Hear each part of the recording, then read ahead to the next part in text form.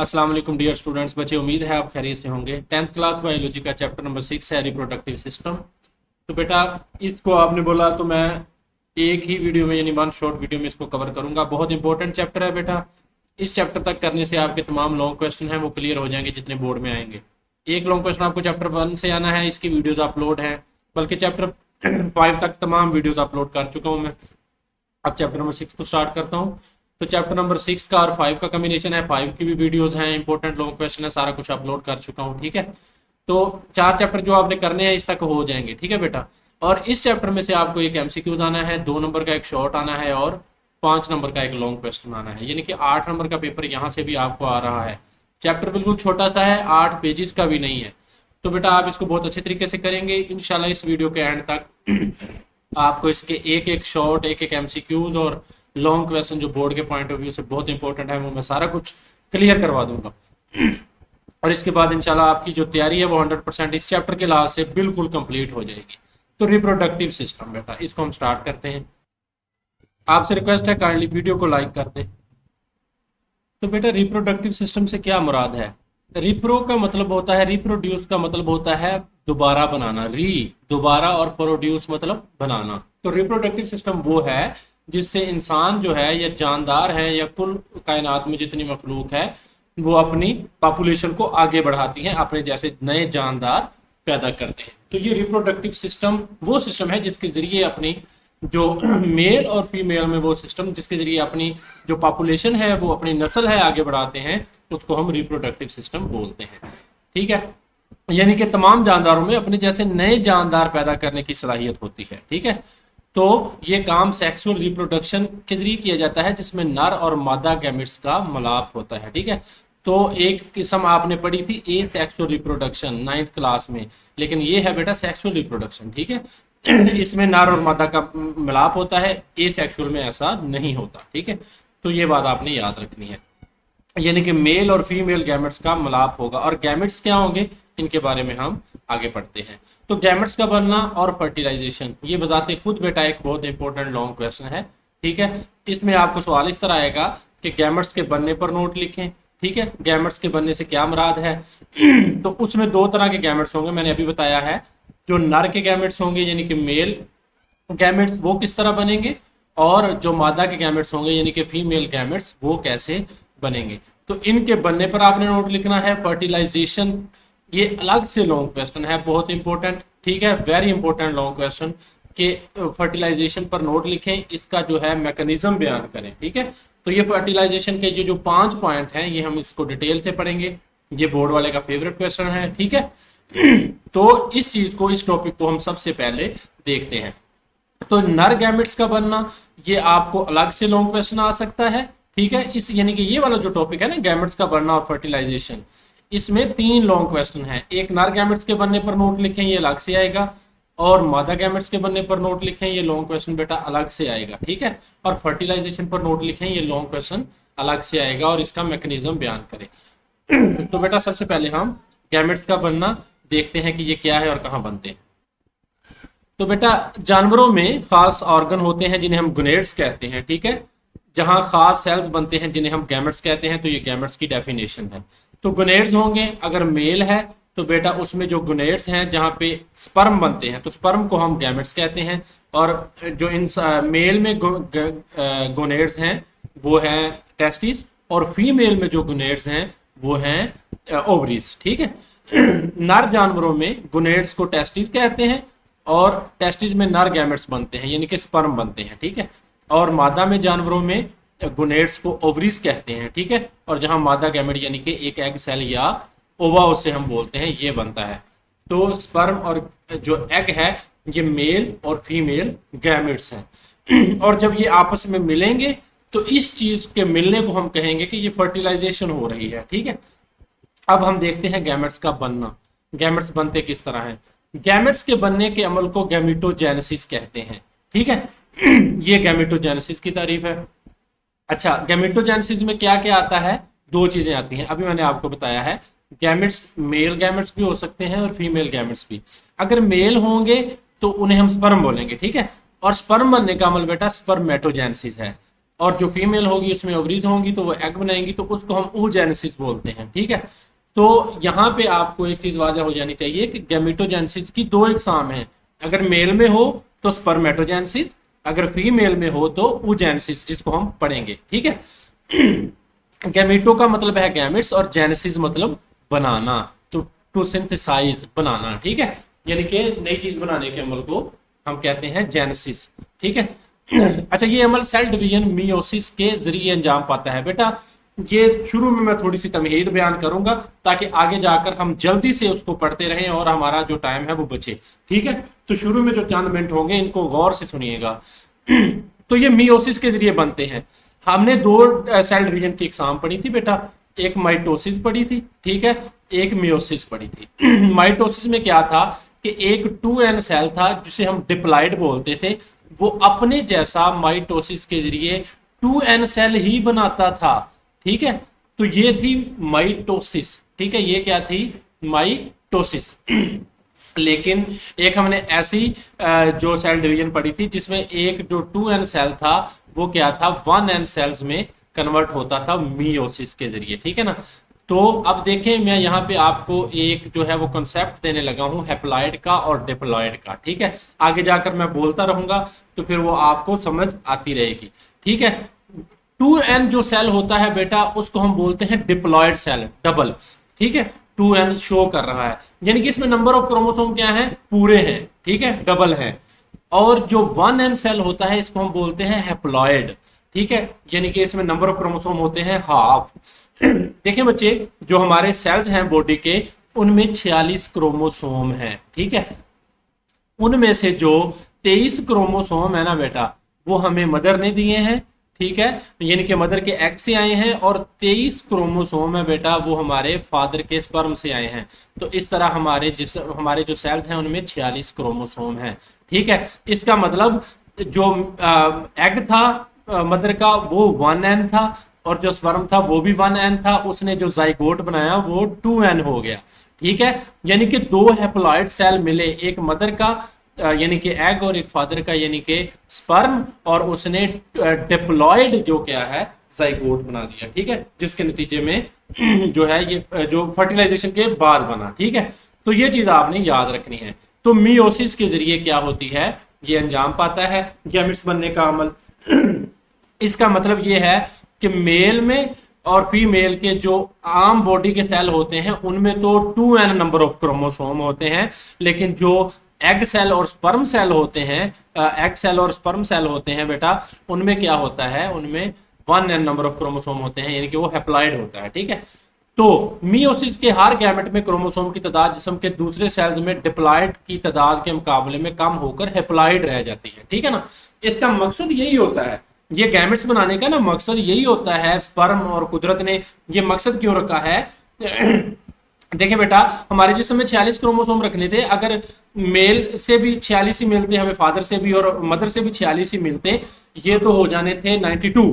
ठीक है, तो फिर ये मेंटेन नहीं नंबर रहना था। तो मेंटेन करने के लिए अल्लाह ताला ने क्या किया, जिस्म के बाकी सेल्स में तो 46 ही क्रोमोसोम रखे, लेकिन जब एग को बनाया और स्पर्म को बनाया तो उसमें 23 क्रोमोसोम कर दिए, ताकि जो आगे आने वाली नस्ल है उसमें से आधे जो जीन हैं वो बाप दे और आधे जीन है जो मां दे। ठीक है, तो हमारे जिस्म में जो क्रोमोसोम है वो हमारे आधी जो खसूसियात हैं बेटा वो फादर की तरफ से हैं, आधी क्या है मदर की सूरत की तरफ से है। ठीक है, अब ये जो मैंने आपको हैप्लॉइड डिप्लॉइड 1n और 2n बताई है, अब ये मैं दोबारा नहीं बताऊंगा, अब जल्दी से हम पढ़ लेंगे। तो सबसे पहले है बेटा नर गैमेट्स का बनना। ये सवाल आपको इस तरह भी आएगा कि स्पर्मेटोजेनेसिस पर नोट लिखें। ठीक है, अगर आपको सवाल दे कि गैमेटोजेनेसिस पर नोट लिखें तो आपने स्पर्मेटोजेनेसिस पर भी लिखना है और oogenesis पर भी नोट लिखना है। लेकिन अगर आपको कहे कि स्पर्मेटोजेनेसिस पर नोट लिखें तो फिर आपने सिर्फ नर गैमेट्स का बनना यानी स्पर्म का बनना बयान करना है। ठीक है, तो नर गैमेट्स यानी स्पर्म्स के बनने के अमल को स्पर्मेटोजेनेसिस कहते हैं। तो ये स्पर्मेटोजेनेसिस की डेफिनेशन है बेटा। ठीक है, और एमसीक्यूज भी है। तो देखें स्पर्म बनने के अमल को स्पर्म मतलब स्पर्म और जेनेसिस मतलब बनना। ठीक है, स्पर्मेटो मतलब स्पर्म्स और जेनेसिस मतलब बनना, यानी कि स्पर्म बनने का अमल स्पर्मेटोजेनेसिस कहलाता है और ये गैमेटोजेनेसिस की एक किस्म है। ठीक है, और ये अमल कहाँ होता है, नर गुनेड्स यानी कि टेस्टिस की सेमिनिफेरस ट्यूब्यूल्स में होता है। ठीक है, अब ये देखें बेटा, ये स्ट्रक्चर है टेस्टिस का। ठीक है, तो यहाँ पे जो है ये सेमिनिफेरस ट्यूब्यूल्स बताई गई हैं आपको। तो ये यहाँ पे क्या है, ये स्पर्म बनते हैं। इन ट्यूब्स में बेटा क्या है, स्पर्म बनते हैं और इनको एक नाली के जरिए क्या है, मुंतकिल किया जाता है। ठीक है, ये ट्यूब्स होती हैं टेस्टिस के अंदर, उनके जरिए इनको ट्रांसपोर्ट किया जाता है। तो ये इंपॉर्टेंट एमसीक्यूज है कि ये स्पर्म कहाँ बनते हैं, तो टेस्टिस में बनते हैं। और कहाँ बनते हैं, सेमिनिफेरस ट्यूब्यूल्स में बनते हैं। और कौन सा हार्मोन बनाता है, फॉलिकल स्टिमुलेटिंग हार्मोन FSH जिसे हम बोलते हैं, और नर सेक्स हार्मोन जिसे हम टेस्टोस्टेरोन बोलते हैं, ये स्पर्म बनाने का आगाज करवाते हैं। ठीक है, तो जो FSH बेटे पिछले चैप्टर में हमने जब ग्लैंड्स पढ़े थे तो ये सारे हार्मोन मैंने पढ़ाए थे। ठीक है, तो फॉलिकल स्टिमुलेटिंग हार्मोन एक हो गया, FSH इसे हम बोलते हैं, और दूसरा क्या हो गया, मेल सेक्स हार्मोन है, वो है मेन है, वो टेस्टोस्टेरोन है। तो टेस्टोस्टेरोन याद रख लें, ये हमारे टेस्टिस में होगा और ये स्पर्मेटोजेनेसिस में मदद करेगा। ठीक है, तो टेस्टोस्टेरोन क्या करते हैं, ये स्पर्म बनने का आगाज करवाते हैं। FSH जिसे हम FSH से क्या मुराद है, ये सवाल इस तरह भी आएगा। तो फॉलिकल स्टिमुलेटिंग हार्मोन, ये पिट्यूटरी ग्लैंड के एंटीरियर लोब, उसकी दो लोब थी पिट्यूटरी ग्लैंड की, पोस्टीरियर और एंटीरियर, उसके एंटीरियर लोब से बनता है। और जो टेस्टोस्टेरोन है वो टेस्टिस में बनता है। ठीक है, तो FSH है ये पिट्यूटरी ग्लैंड का हार्मोन है, उसकी एंटीरियर लोब का।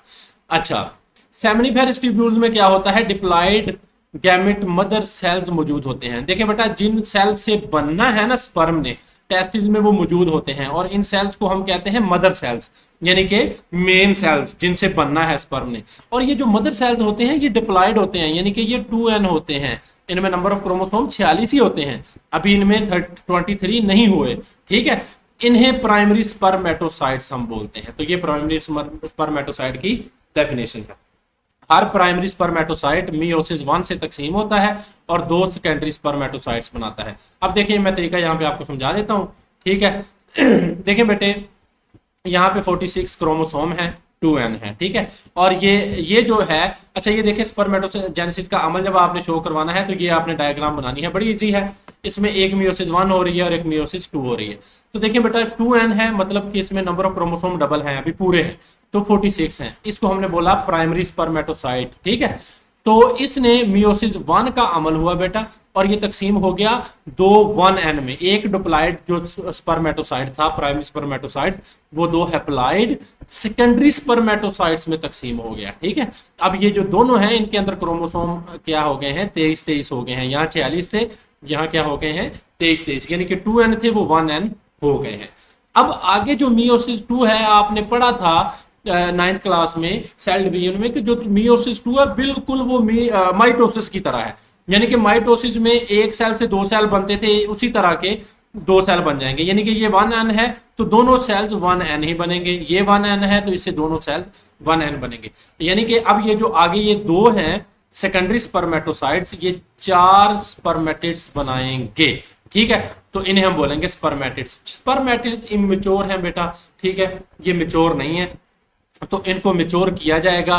ठीक है, टेस्टिस के अंदर ही, तो ये 4 स्पर्म में कन्वर्ट हो जाएंगे। ठीक है, तो ये है बेटा स्पर्मेटोजेनेसिस का अमल कि एक प्राइमरी स्पर्मेटोसाइट था, ठीक है, वो मियोसिस 1 के जरिए तकसीम हुआ सेकेंडरी स्पर्मेटोसाइट्स में, डिप्लॉइड सेल यानी कि हैप्लॉइड सेल में कन्वर्ट हुआ, और इन 2 हैप्लॉइड सेल से 4 हैप्लॉइड सेल मजीद बने मियोसिस 2 के दौरान। ठीक है, तो यानी कि एक जो स्पर्मेटोसाइट था प्राइमरी स्पर्मेटोसाइट, वो 4 स्पर्म में कन्वर्ट हुआ। ठीक है, यानी कि एक से कितने बने, 4 बने। ठीक है, तो ये है बेटा स्पर्मेटोजेनेसिस। ठीक है, तो ये काम सेमिनिफेरस ट्यूब्यूल्स में हुआ, और हर प्राइमरी स्पर्मेटोसाइट मियोसिस 1 से तकसीम हुआ।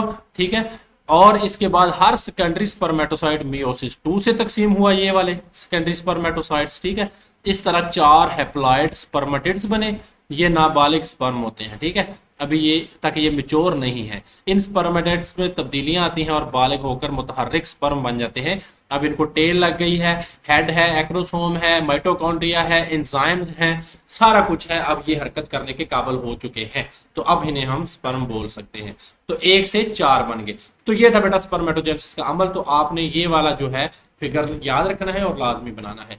उसके बाद है बेटा oogenesis का अमल, यानी कि मादा गैमेट्स बनने का अमल बयान करें। ये लॉन्ग इस तरह आएगा, या फिर इस तरह आ जाएगा कि oogenesis पर नोट लिखें। ठीक है, तो मादा गैमेट्स यानी कि एग सेल या ओव्यूम सेल का बनना oogenesis कहलाता है। ये अमल मादा गोनेड्स यानी कि ओवरी के अंदर होता है। ठीक है, तो देखें बेटा नर गैमेट्स बने थे टेस्टिस के अंदर, और फीमेल गैमेट्स बनेंगे ओवरी के अंदर। ठीक है, तो ओवरी के अंदर भी कहां बनेंगे, फ्लूइड से भरे छोटी जली सैक होती है जिसे हम फॉलिकल बोलते हैं। ठीक है, ये ओवरी है बेटा, ये ओवरी का स्ट्रक्चर दिखाया गया है। ठीक है, तो ये क्या है, फॉलिकल्स हैं। तो यहाँ पे क्या है, एग बनेंगे। इसको कौन कंट्रोल करता है, जिस तरह मेल को हार्मोन ने कंट्रोल किया था, टेस्टोस्टेरोन ने और फॉलिकल स्टिमुलेटिंग हार्मोन ने, इसी तरह इसको भी हार्मोन कंट्रोल करेंगे। पिट्यूटरी ग्लैंड के एंटीरियर लोब से निकलने वाला फॉलिकल स्टिमुलेटिंग हार्मोन फॉलिकल में अवयव यानी कि एग सेल के बनने को आगाज करता है। तो आगे जाकर मजीद भी हम पढ़ेंगे, हार्मोनल कंट्रोल है। ठीक है, उसको हम मजीद इसी लेक्चर में देखेंगे, इसी चैप्टर में। तो यहाँ पे भी फॉलिकल स्टिमुलेटिंग हार्मोन था, यहाँ पे भी वो ही कॉमन है। ठीक है, वहां पे वो स्पर्म बनवा रहा था स्पर्मेटोजेनेसिस में, और यहाँ ये एग बनवा रहा है, बस इतना फर्क है। तो मौजूद मेल में भी है और फीमेल में भी है, यानी कि FSH क्या है, एक बेटा कॉमन हार्मोन है, मेल और फीमेल दोनों में होता है। ठीक है ना, तो इनके यूनिक हार्मोन भी हम पढ़ेंगे कि जो सिर्फ मेल में होते हैं या सिर्फ फीमेल में, वो आगे पढ़ेंगे। फॉलिकल में एक डिप्लॉयड गैमेट मदर सेल मौजूद है बेटा, इसका भी हम तरीका देख लेते हैं। ठीक है, ये oogenesis का मैकेनिज्म है, तरीकाकार है। देखिए बेटा, एक प्राइमरी oocyte था। ठीक है, प्राइमरी oocyte था यानी कि मेन, वो 2n था। मिसाल के तौर पर हमने कहा उसमें 46 क्रोमोसोम थे in case of human beings. ठीक है, तो उससे क्या है, एक सेकेंडरी oocyte बना और एक फर्स्ट पोलर बॉडी बनी। तो बेटा देखें, फर्स्ट पोलर बॉडी है, ये मियोसिस के दौरान हुआ, मियोसिस 1 के दौरान। आपको पता है मियोसिस की 2 एग्जाम है, मियोसिस 1 और मियोसिस 2। तो फर्स्ट पोलर बॉडी बनी, ठीक है, और सेकेंडरी oocyte बना। तो ये जो मियोसिस 1 हुई है, इसमें जो डिप्लॉयड थे 2n थे वो 1n हो गए। अब ये जो फर्स्ट पोलर बॉडी है ना, ये अपने जैसी 2 और पोलर बॉडी बनाएंगी, लेकिन इनका काम कोई नहीं होता। देखें बेटा, ये आपको थोड़ा सा बड़ा नजर आ रहा है सेकेंडरी oocyte, जो फर्स्ट पोलर बॉडी है ये आपको छोटी नजर आ रही है। इसकी वजह क्या है, इसकी वजह ये है कि एग का जो साइटोप्लाज्म होता है ना, जो साइटोप्लाज्म होता है ये वाला सारा दिखाया गया है। ठीक है, ये जो 1n दिखाया गया है, ये समझ लें कि इसमें न्यूक्लियस है, नंबर ऑफ क्रोमोसोम। तो ये जो साइटोप्लाज्म होता है ना, इसने खुराक देनी होती है एग को। ठीक है, तो एग की ये समझ लें कि अंडे की खुराक है। तो इस खुराक को मेंटेन रखने के लिए हमारा मकसद सिर्फ ये था, कुदरत ने करना सिर्फ ये था कि नंबर ऑफ क्रोमोसोम 2n से 1n करने थे। तो ये फर्स्ट पोलर बॉडी है, समझ लें कि बिल्कुल बेकार बनी है। ये अपने जैसी 2 और बनाएगी। ठीक है, और इनका फंक्शन कुछ नहीं होगा। और जो 1n सेकेंडरी oocyte है, ये आगे जाकर मियोसिस 2 के दौरान ये एक 1n सेकंड पोलर बॉडी भी बनाएगा। ठीक है, और एक सेल बनाएगा जिसे हम 1n कहेंगे। ठीक है, अब ये जो है ये एग सेल है। ठीक है, यानी कि एक प्राइमरी oocyte से सिर्फ एक एग सेल बना है, और ये जो 3 पोलर बॉडीज बनी थी ये वाली, ये बिल्कुल बेकार है, ये खत्म हो जाएंगी। इनके अंदर एक तो साइटोप्लाज्म नहीं है, बस इसके अंदर न्यूक्लियस गया है। न्यूक्लियस क्यों भेजा है, क्योंकि न्यूक्लियस को आधा करना था, 2n से 1n करना था, तो इसलिए जरूरी था कि इसको तकसीम तो करना था। तो वो फर्स्ट पोलर बॉडी में न्यूक्लियस तो आ गया, लेकिन साइटोप्लाज्म नहीं आया। साइटोप्लाज्म इस अंडे को चाहिए था, तो ये आगे जाकर इस एग सेल को मिलेगा पूरे का पूरा। ठीक है, और इससे जो पोलर बॉडी बनी है वो खत्म हो जाएगी। तो ये सारा सिस्टम है oogenesis का, यानी कि एग बनने का अमल। तो किस तरह बनता है जी, जल्दी से पढ़ लेते हैं थ्योरी भी।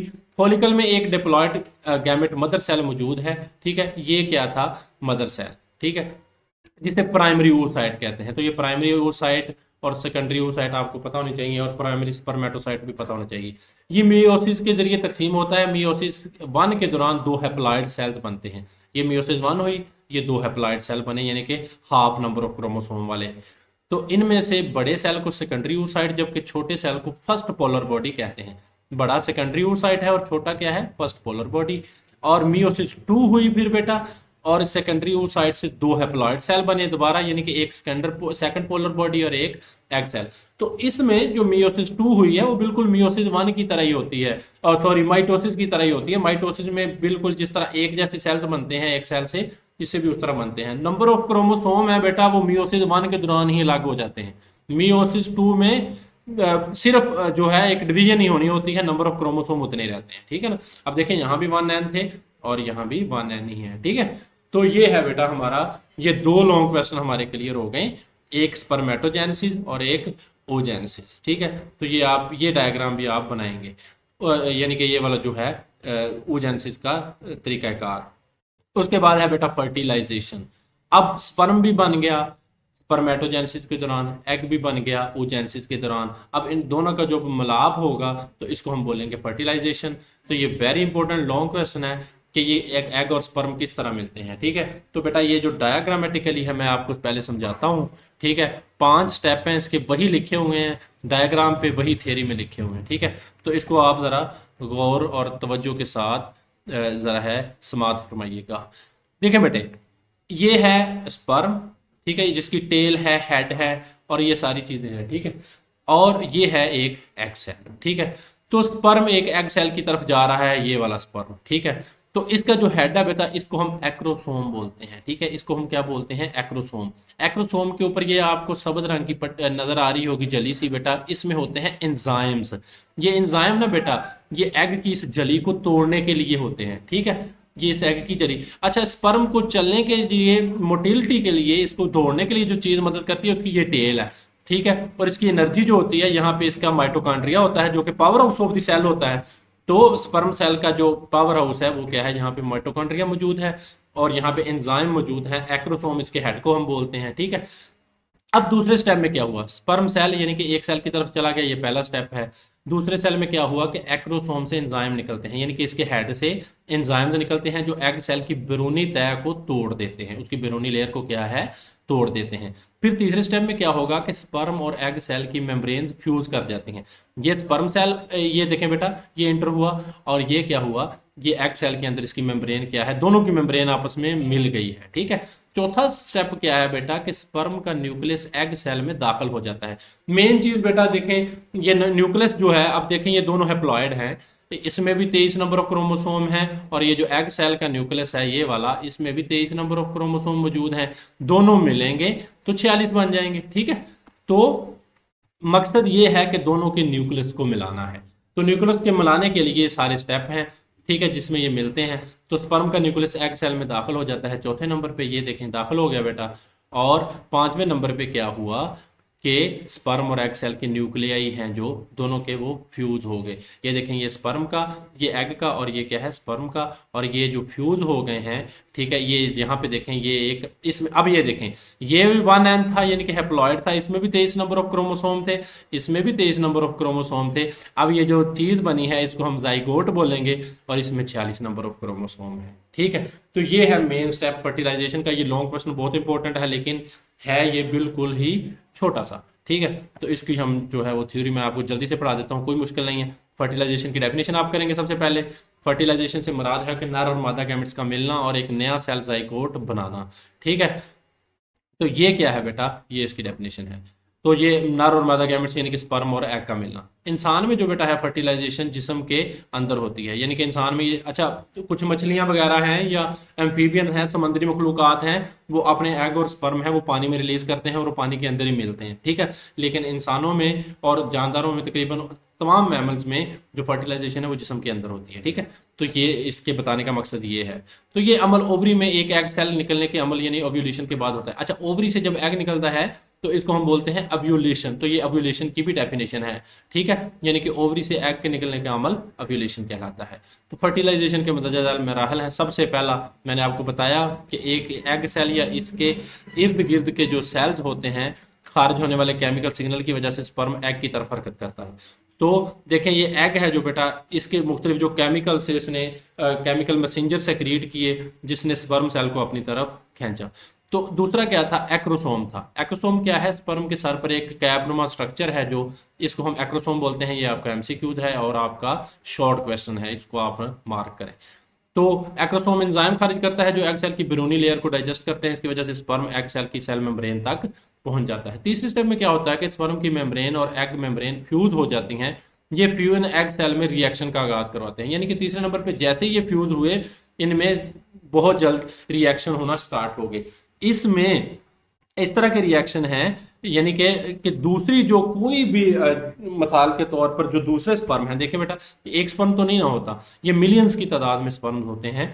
तो उन स्पर्म को इंश्योर करवाना है, जैसे एक स्पर्म मिला है तो इस चीज को इंश्योर करवाना है कि दूसरा कोई स्पर्म ना मिले, ठीक है। तो एक वक्त में यानी कि जो पोलिस्पर्मी है वो इस तरह ना हो, ठीक है, एक से ज्यादा दफा फर्टिलाइजेशन ना हो, ठीक है। इन रिएक्शन के नतीजे में एक एग सेल की बैरूनी लेयर मजीद स्पर्म के लिए इम्परबिएबल हो जाती है, यानी कि मजीद स्पर्म है जो उसकी जो परमेबिलिटी है वो उसमें आ जाती है, यानी कि वो इम्परमिएबल हो जाती है कि दूसरे स्पर्म है वो अंदर नहीं जा सकते। जब एक स्पर्म एंटर हो गया तो दूसरे स्पर्म को जाती नहीं है।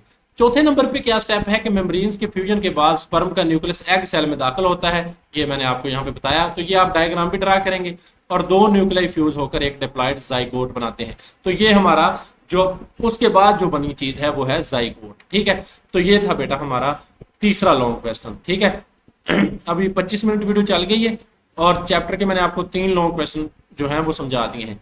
कोई भी आपका सवाल है तो आप कमेंट सेक्शन में पूछेंगे, ठीक है, मैं आपको जवाब दूंगा। उसके बाद बड़ा इंपॉर्टेंट है, उसको हम पढ़ते हैं। अच्छा बेटा, ये वाला जो टॉपिक है वो है सेक्सुअल डेवलपमेंट में हार्मोन्स का किरदार। तो ये भी आपने, ये इंपॉर्टेंट लॉन्ग क्वेश्चन है, इसके तौर पर करना है।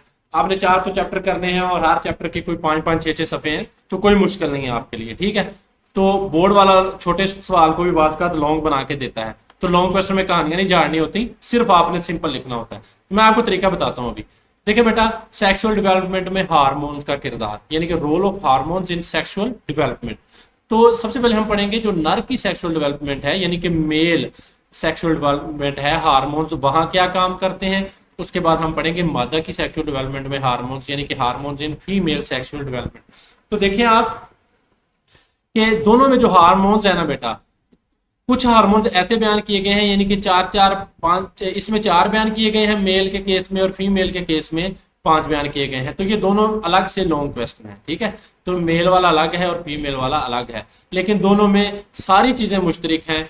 जो नर की सेक्सुअल डेवलपमेंट में हार्मोन है वो टेस्टोस्टेरोन एक है बेटा, ठीक है, वो क्या है, यूनिक है, यानी कि वो सिर्फ मेल में पाया जाता है, ठीक है। और जो मादा की यानी कि वो मेल में किरदार अदा करता है सिर्फ, और जो मादा की सेक्सुअल डेवलपमेंट में हार्मोन है वो है 2 एस्ट्रोजन और प्रोजेस्टेरोन। बाकी सारे hormone, follicle stimulating hormone, luteinizing hormone और गोनाडोट्रोपिक हार्मोन, ये मेल में भी है और फीमेल में भी है। ये देखें, फॉलिकल, ल्यूटिनाइजिंग और गोनाडोट्रोपिक। तो आप एक में याद कर लेंगे तो दूसरे में याद करने की आपको जरूरत नहीं रहेगी, यानी कि दोनों में काम आ जाएगा, ठीक है। तो जो मेल का स्पेशल हार्मोन है, जो बुनियादी हार्मोन है वो है टेस्टोस्टेरोन, ठीक है। तो ये टेस्टिस में बनता है, आगे हमने देखा है इसका। ये हार्मोन बुनियादी तौर पर टेस्टिस से बनता है। ये बलूगत के दौरान मर्दाना सेकेंडरी सेक्सुअल खसूसियात की नमू का आगाज करता है और इन्हें कंट्रोल करता है। तो टेस्टोस्टेरोन का फंक्शन ये अलग से शॉर्ट क्वेश्चन के तौर पर आपने अच्छे तरीके से कर लेना। इन खसूसियात में आवाज का गहरा होना, अब जो मेल होते हैं उनकी आवाज क्या होती है, थोड़ी सी भारी होती है, तो ये टेस्टोस्टेरोन की वजह से है। उसके बाद दूसरा फंक्शन है चेहरे पर बाल। तो मेल के चेहरे पर बाल होते हैं, दाढ़ी होती है, वो भी टेस्टोस्टेरोन की वजह से है।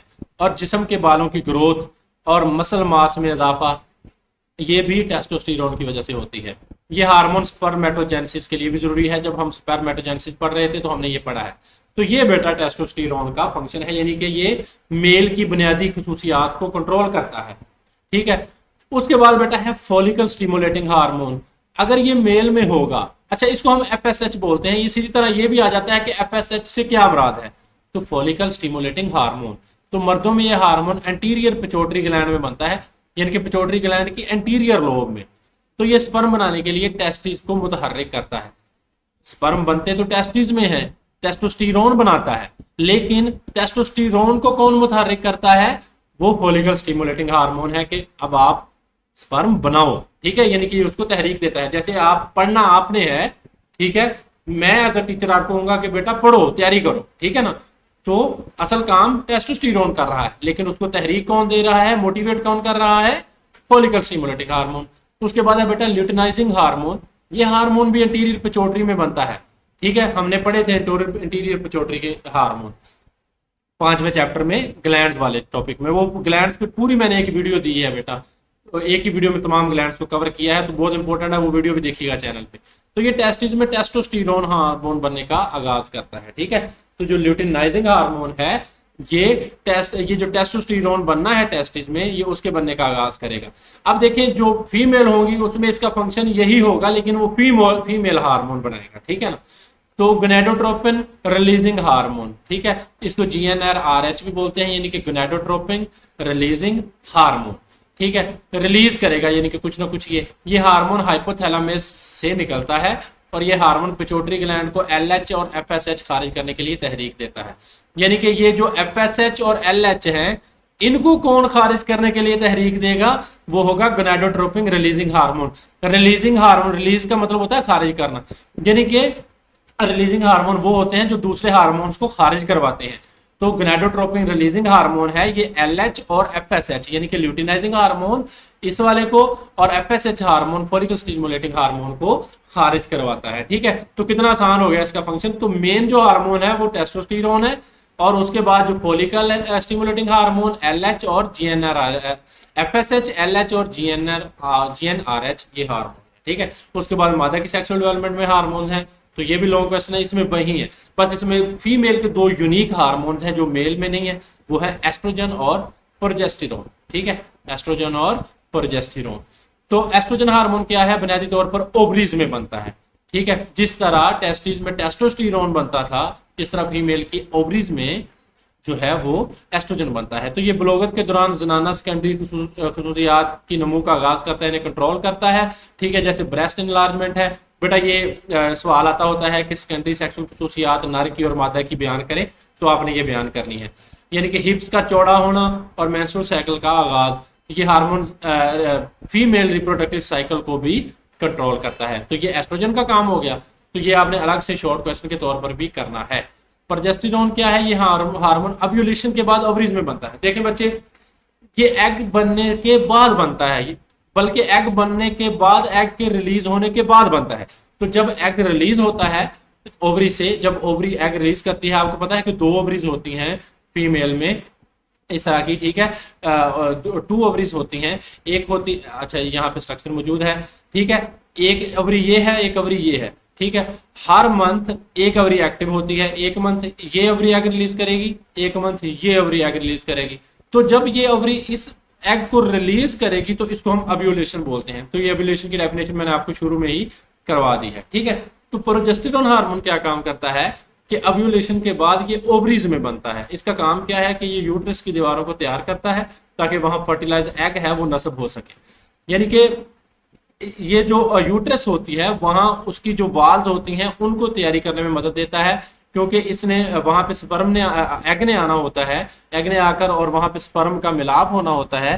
तो वहां पे जब उसने इम्प्लांटेशन का प्रोसेस होना है, यानी कि इम्प्लांटेशन होनी है मेल और फीमेल की फर्टिलाइजेशन के बाद, यानी कि स्पर्म और एग की फर्टिलाइजेशन के बाद जब एग ने आकर वहां यूट्रस में इम्प्लांट होना है, नस्ब होना है, तो उसके लिए ये वहां पे सारी तैयारियां करता है। ठीक है, तो ये क्या है, यूट्रस के सिकुड़ने को रोककर जो है प्रेगनेंसी उसको भी बरकरार रखता है।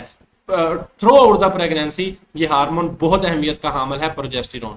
तो एस्ट्रोजन जो क्या है, ये फीमेल की जो है खसूसियात को कंट्रोल करता है। ठीक है, और जो प्रोजेस्टेरोन है इसका जो अमल है बेटा वो फर्टिलाइजेशन के बाद शुरू होता है। उसके बाद, अच्छा ये यूनिक हार्मोन थे, उसके बाद जो हार्मोन है वो कॉमन है। ये फॉलिकल स्टिमुलेटिंग हार्मोन हम पढ़ रहे हैं मेल में, ल्यूटिनाइजिंग हार्मोन पढ़ रहे हैं और गोनेडोट्रोपिन रिलीजिंग हार्मोन पढ़ रहे हैं।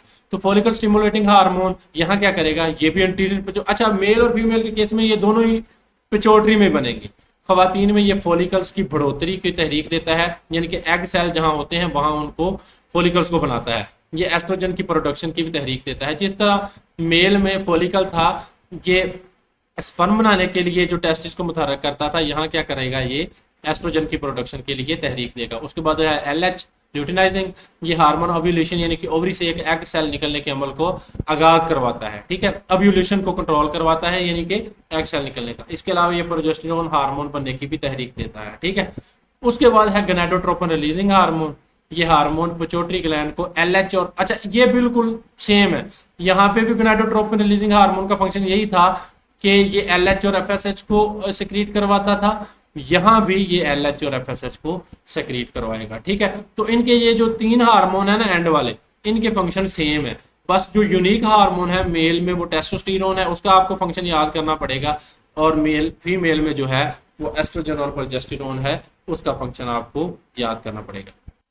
उसके बाद बेटा जी अगला टॉपिक है, ये भी बहुत इंपॉर्टेंट है, ये लास्ट टॉपिक है तकरीबन 6.3 रिप्रोडक्टिव सिस्टम्स।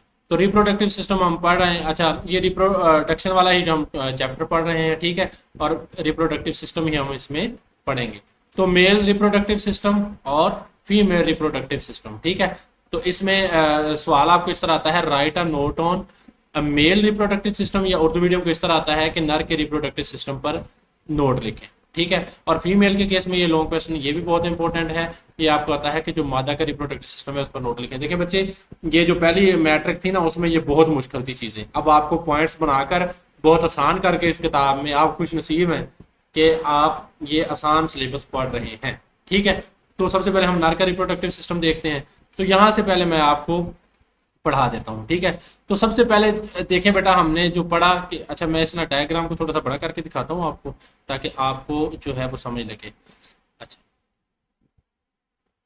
एक मिनट चलें बेटा, सबसे पहले आप देखें कि जो है सबसे पहला स्ट्रक्चर है एपिडिडमस, ठीक है।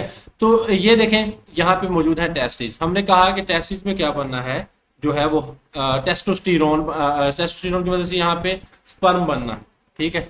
तो स्पर्म यहाँ पे बनता है, ये बहुत इंपॉर्टेंट MCQज है कि स्पर्म कहाँ बनता है। बच्चे यहाँ पे कंफ्यूज होते हैं बेटा, देखिए दो चीजें यहाँ पे बयान की गई हैं, ठीक है। जो स्पर्म बनते हैं बेटा वो टेस्टिस में बनते हैं, लेकिन स्पर्म मिच्योर होते हैं, बालग होते हैं एपिडिडमिस में, ठीक है। ये यहाँ पे ये ऊपर ये जो स्ट्रक्चर बयान किया गया है इस तरह का, ये नालीनुमा, ये क्या है बेटा, एपिडिडमिस है, ठीक है। तो ये आपने बात याद रखनी है। तो एपिडिडमिस में क्या होता है, सबसे पहले एपिडिडमिस है, तो जो टेस्टिस हैं ये बीजवी शक्ल के ग्लैंड्स का जोड़ा है जो स्पर्म मदाना हार्मोन टेस्टोस्टेरोन बनाता है। तो टेस्टिस के अंदर ये बच्चे एक थैले में होते हैं, ठीक है, स्क्रूटम जिसको हम बोलते हैं, तो वहां पे ये टेस्टिस मौजूद होते हैं। तो टेस्टिस क्या है, बीजवी शक्ल के ग्लैंड का जोड़ा है, और यहाँ क्या बनता है, एक तो स्पर्म बनता है, दूसरा क्या है, मेल हार्मोन जिसे हम टेस्टोस्टेरोन है, ये बनता है। तो ये बात आपको मालूम होनी चाहिए। उसके बाद बेटा स्ट्रक्चर है, सबसे पहले नंबर पे है एपिडिडमिस, ठीक है, मैंने नंबरिंग दे दी है इसको। एपिडिडमिस में क्या होता है बेटा, ये टेस्टिस के साथ एक जुड़ी हुई लंबी बलदार ट्यूब है जहां स्पर्म को जखीरा किया जाता है और बालग होते हैं।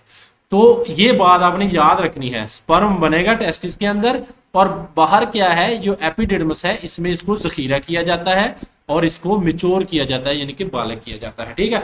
तो ये बात आपने याद रखनी है, वेयर स्पर्म आर मिच्योर, कहां पे स्पर्म जखीरा होते हैं और मिच्योर होते हैं, एपिडिडमिस में। कहां पे बनते हैं, टेस्टिस में, ठीक है। तो ये बड़ा इंपॉर्टेंट कॉन्सेप्ट मैं आपको दे रहा हूँ। उसके बाद है बेटा दूसरा स्ट्रक्चर है, वो है वेस्ट डिफरेंस, ठीक है। ये जो नाली है एपिडिडमिस से, ये स्पर्म को लेकर जाएगी, ये सारी जो नाली है इसको हम क्या बोलते हैं, ये दोनों से निकल कर जा रही है बेटा, इस टेस्टिस से भी और इससे भी, इसको हम वेस्ट डिफरेंस बोलेंगे। यह करेगी क्या करेगी कि एक मसल्स की बनी होती ट्यूब है जो बालक स्पर्म को एपिडिडमिस से यूरिथ्रा तक ले जाती है, ठीक है।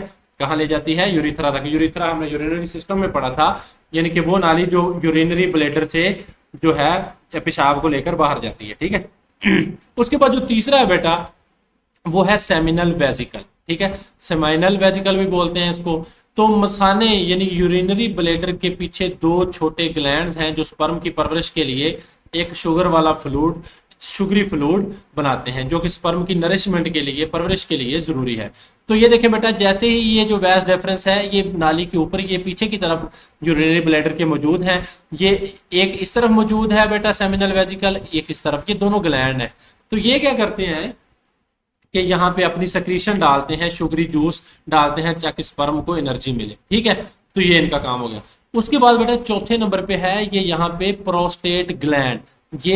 ये देखें, आपको ये जो नजर आ रहा होगा, ये क्या है, प्रोस्टेट ग्लैंड, ठीक है। प्रोस्टेट ग्लैंड क्या है, ये ब्लैडर के नीचे एक अखरोट के साइज का ग्लैंड है जो सेमन में हिफाजती फ्लूइड शामिल करता है। तो ये जो प्रोस्टेट ग्लैंड क्या है बेटा, ये आपको नजर आ रहा है, ठीक है, साइड ऑफ ये वाला। तो ये बादाम की शक्ल का है, बादाम के साइज का, अखरोट के साइज का सॉरी बताया है, ये सेमन में हिफाजती फ्लूइड को शामिल करेगा। तो ये क्या हो जाएगा, प्रोस्टेट ग्लैंड, ठीक है, ये वाला।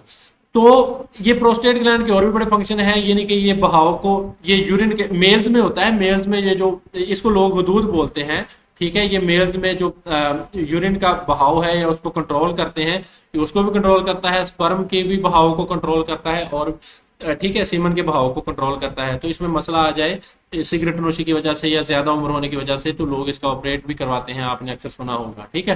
तो ये क्या है, प्रोस्टेट ग्लैंड। उसके बाद है बेटा यूरिथ्रा। अगली क्लासों में जाकर आप इसकी मजीद तफसील पढ़ेंगे, इसलिए मैं आपको ज्यादा उलझा नहीं रहा। यूरिथ्रा, ये पेनिस के अंदर एक ट्यूब है जो सेमन और पेशाब को जिस्म से बाहर लेकर जाती है, ठीक है। तो ये it is common for semen and urine. तो ये क्या है बेटा, यूरिथ्रा, ठीक है। तो यूरिथ्रा एक ट्यूब है, आपको पता है कि यूरिनरी सिस्टम में भी आपने इसको पढ़ा था। और उसके बाद क्या है बेटा, पेनिस है, ये बिरोनी उज़्व है जो स्पर्म को रिप्रोडक्टिव नाली में, फीमेल रिप्रोडक्टिव ट्रैक में मुंतकिल करने के लिए इस्तेमाल होता है। तो ये था आपका लॉन्ग क्वेश्चन, नर का रिप्रोडक्टिव सिस्टम। उसके बाद है एक और लॉन्ग क्वेश्चन बेटा, फीमेल का रिप्रोडक्टिव सिस्टम। तो इसमें क्या होता है, आगे मैंने आपको बताया भी है कि 2 ओवरीज होती हैं ये वाली, ठीक है। ये ओवरीज क्या करती हैं, बादाम की शक्ल के ग्लैंड्स का जोड़ा है जो एग सेल यानी कि ओवा और हार्मोन एस्ट्रोजन और प्रोजेस्टेरोन बनाता है। तो एस्ट्रोजन और प्रोजेस्टेरोन कहाँ बनते हैं, ओवरी में।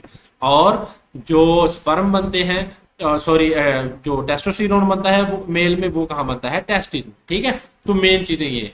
उसके बाद बेटा फिलोपियन ट्यूब्यूल्स, ये वाली जो ट्यूब्स है ना बेटा, ये वाली, ये हर ओवरी से निकल कर आ रही है, तो इसको हम फेलोपियन ट्यूब बोलते हैं। ये 2 नालियां हैं जो एक एग सेल को ओवरी से यूट्रस तक ले जाती हैं, फर्टिलाइजेशन यहाँ होती है। यानी कि अक्सर लोगों का ख्याल है कि जो फर्टिलाइजेशन है वो यहाँ होती है यूट्रस में, नहीं, यूट्रस में सिर्फ इम्प्लांटेशन होती है बेटा, ठीक है। तो आगे मैंने आपको बताया है जब मैंने स्ट्रक्चर पढ़ाया था कि ये इम्प्लांटेशन के लिए इसको तैयार किया जाता है, ठीक है। तो इम्प्लांटेशन जो होती है वो यूट्रस में होती है, लेकिन जो फर्टिलाइजेशन होती है वो यहाँ पे इन फ्लोपियन ट्यूब्स में कहीं हो रही होती है, इन फ्लोपियन ट्यूब्स में, ठीक है। तो स्पर्म यहाँ आता है, ठीक है, यहाँ पे। तो जब एग रिलीज होता है इसको हम ओव्यूलेशन बोलते हैं, और यहाँ पे स्पर्म आके मिलता है तो फिर फर्टिलाइजेशन होती है, ठीक है। तो यूट्रस में सिर्फ आकर इम्प्लांटेशन होनी है। तो यूट्रस एक खोखला मस्कुलर आर्गन है, खोखला मतलब कि यहाँ पे बिल्कुल ये खाली है।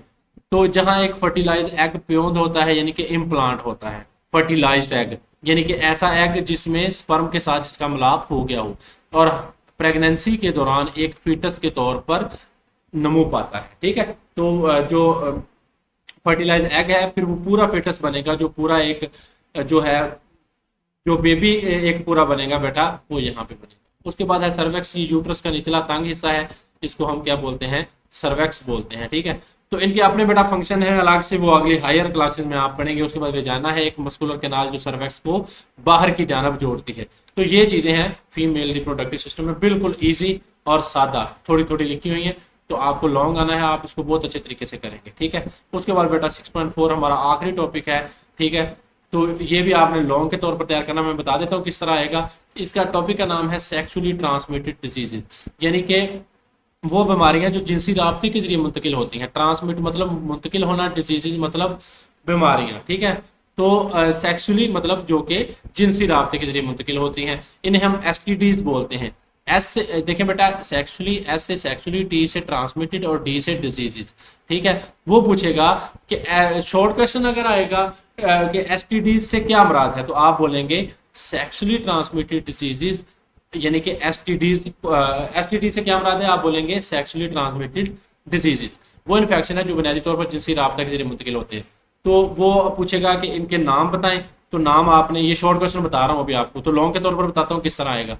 तो आपने बताना है इनमें एसटीडीज में HIV, एड्स, स्पाइलस, साइफिलिस, हर्पीज वगैरह शामिल है। ये बोलेगा एसटीडी से क्या मुराद है, 3 एसटीडीज के नाम लिखें, ठीक है। आप बोलेंगे सेक्सुअली ट्रांसमिटेड डिजीजेस, ठीक है, एसटीडी से मुराद है यानी कि वो बीमारियां जो जिनसी राब्ता के जरिए मुंतकिल होती हैं। और एसटीडीज क्या है, इनके 3 एसटीडीज के नाम बताएं, जो कि ऐसी बीमारियों के नाम बताएं जो सेक्सुअल जो कि जिनसी राब्ता के जरिए मुंतकिल होती है। तो आप बताएंगे HIV यानी कि इसे हम एड्स भी बोलते हैं, साइफिलिस और हर्पीज, ठीक है। तो ये शॉर्ट क्वेश्चन इस तरह आएगा। लॉन्ग किस तरह आएगा वो मैं बताता हूँ बेटा। लॉन्ग इस तरह आएगा आपको कि एसटीडीज पर नोट लिखें, ठीक है। या फिर इस तरह आएगा कि एसटीडीज की तारीफ बयान करें और एक एसटीडी पर नोट लिखें। तो ये देखें बेटा, जो एड्स है जिसे हम एचआईवी भी कहते हैं, ठीक है, ये क्या है, एक एसटीडी है, इसकी फिर आप ये सारा बयान करेंगे, तो मैं आपको इसको पढ़ाता हूँ, ठीक है। तो सेक्सुअली ट्रांसमिटेड डिजीजेज एसटीडी वो इन्फेक्शन है जो जिनसी राब्ता के लिए मुंतकिल होते हैं। बीमारियां बैक्टीरिया, वायरस या पैरासाइट की वजह से हो सकती हैं, ठीक है, यानी कि बैक्टीरिया मुंतकिल होते हैं, वायरस या पैरासाइट मुंतकिल होते हैं। तो जेनिटल आर्गन्स, यूरिनरी आर्गन्स और रिप्रोडक्टिव आर्गन्स को मुतासर करती हैं। आम एसटीडीज में ये मिसालें हैं, एचआईवी, ह्यूमन इम्यूनो वायरस या AIDS, acquired immunodeficiency syndrome या साइफिलिस और हर्पीज शामिल हैं, ठीक है। एचआईवी को हम एड्स भी बोलते हैं, ये आगे जाके पढ़ते हैं। बहुत सी एसटीडीज गैर अलामती होती हैं, एसिम्प्टोमेटिक, कुछ बीमारियां होती हैं सिम्प्टोमेटिक होती हैं, अलामती, तो यानी कि बंदे को पता चलता है कि इसको ये मसला आ रहा है, ये आ रहा है। लेकिन कुछ ऐसी होती हैं, ज्यादातर ऐसी होती हैं कि जो एसिम्प्टोमेटिक, यानी कि बंदे को पता ही नहीं, एक बंदे को एड्स है, वो लिए फिर रहा है और उसको पता ही नहीं है, ठीक है। ऐसी बीमारियों को हम गैर अलामती बीमारियां बोलते हैं। यानी अफराद अलामात जाहिर किए बगैर इन्फेक्शन को अपने अंदर रख सकते हैं और फैला सकते हैं, यानी कि जब तक उस बंदे को पता चलता है उसको इन्फेक्शन है, वो पता नहीं हजारों बंदों में ट्रांसफर कर सकता है। अगर एसटीडी का इलाज ना किया जाए तो सेहत की संगीन पेचीदगियों का बायस बन सकती है, जैसे भांजपन है, इनफर्टिलिटी, आर्गन का बेकार हो जाना, दूसरे इन्फेक्शन, ठीक है।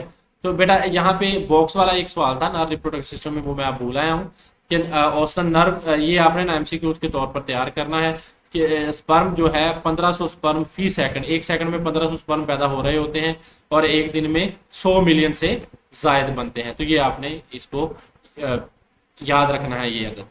तो इसी तरह पाकिस्तान में ये बीमारी क्यों आम है, एसटीडीज क्यों आम है बेटा? पाकिस्तान के खास तौर पर दिही इलाकों में एसटीडी के बारे में कम मालूमात अक्सर इलाज में तखीर और भांजपन जैसी संगीन पेचीदगियों का बायस बनती है, क्योंकि लोगों को इतनी मालूमात नहीं होती, ठीक है। तो कई गांव है, पूरे का पूरा गांव ही मुतासर है, यानी कि पाकिस्तान में ऐसे गांव मौजूद हैं।